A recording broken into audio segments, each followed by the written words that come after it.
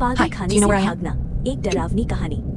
रात का समय था, आसमान में काले बादल छाए हुए थे, बिजली बार बार चमक रही थी। एक पुराने और डरावने पागल खाने में सन्नाटा पसरा हुआ था। उस पागल खाने का नाम था ब्लैकवुड असाइलम। लोग कहते थे कि जो भी वहाँ गया वो कभी वापस नहीं आया। उस जगह के बारे में कई डरावनी कहानियां मशहूर थी। कोई कहता था कि वहाँ भूत रहते हैं, कोई कहता था कि वहाँ के मरीज अचानक गायब हो जाते हैं, और कुछ लोग कहते थे कि उस जगह पर कोई खतरनाक रहस्य छुपा है। उसी पागल खाने के एक कमरे में एक आदमी बैठा हुआ था। उसका नाम था अरुण। उसके हाथों में हथकड़ी लगी हुई थी। वो जमीन पर बैठा हुआ था और चुपचाप दीवार को देख रहा था। कमरा बहुत गंदा और डरावना था। दीवारों पर खून के निशान थे। कोने में एक पुराना बिस्तर पड़ा था और पास में एक टूटा हुआ आईना था। अरुण को समझ नहीं आ रहा था कि वो यहाँ कैसे आया। उसे बस इतना याद था कि वो एक पत्रकार था। वो इस पागल खाने के रहस्य की जांच करने आया था, लेकिन अब वो खुद यहाँ कैद हो गया था। अचानक बाहर से किसी के कदमों की आवाज आई। जब जब जब अरुण का दिल तेजी से धड़कने लगा। दरवाजे के बाहर कोई खड़ा था। कुछ सेकंड तक सन्नाटा रहा, फिर दरवाजा धीरे धीरे चरर की आवाज के साथ खुला। दरवाजे पर एक बूढ़ा आदमी खड़ा था। उसकी आंखें बहुत डरावनी थी। उसने सफेद डॉक्टर का कोट पहन रखा था। वो धीरे धीरे अरुण की तरफ बढ़ा और मुस्कुराते हुए बोला, तुम यहाँ से कभी नहीं निकल सकते। अरुण डर गया, लेकिन उसने हिम्मत करके पूछा, मुझे यहाँ क्यों रखा है? बूढ़ा डॉक्टर जोर से हंसने लगा। उसकी हंसी पूरे कमरे में गूंजने लगी। क्योंकि तुमने उस सच को खोजने की कोशिश की जो किसी को नहीं पता होना चाहिए। इतना कहकर वो चला गया। दरवाजा फिर से बंद हो गया। अब कमरे में फिर से सन्नाटा था। अरुण सोचने लगा कि उसे यहाँ से भागना होगा। अगर वो नहीं भागा तो शायद कभी बाहर नहीं जा पाएगा। उसी समय उसे जमीन पर कुछ चमकता हुआ दिखा। वो धीरे धीरे उस चीज की तरफ बढ़ा। वो चाबियों का गुच्छा था, शायद किसी गार्ड से गिर गया था।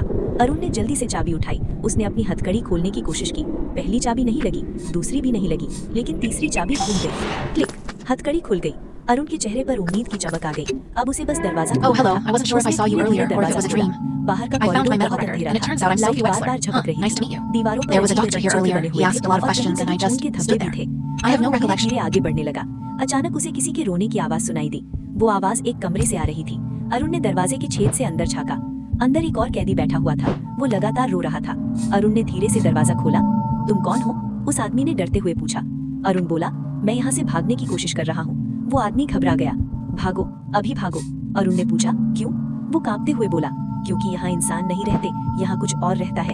इतना कहते ही अचानक लाइट बंद हो गई। पूरा कॉरिडोर अंधेरे में डूब गया और फिर किसी के तेज कदमों की आवाज आने लगी। धड़ धड़ धड़।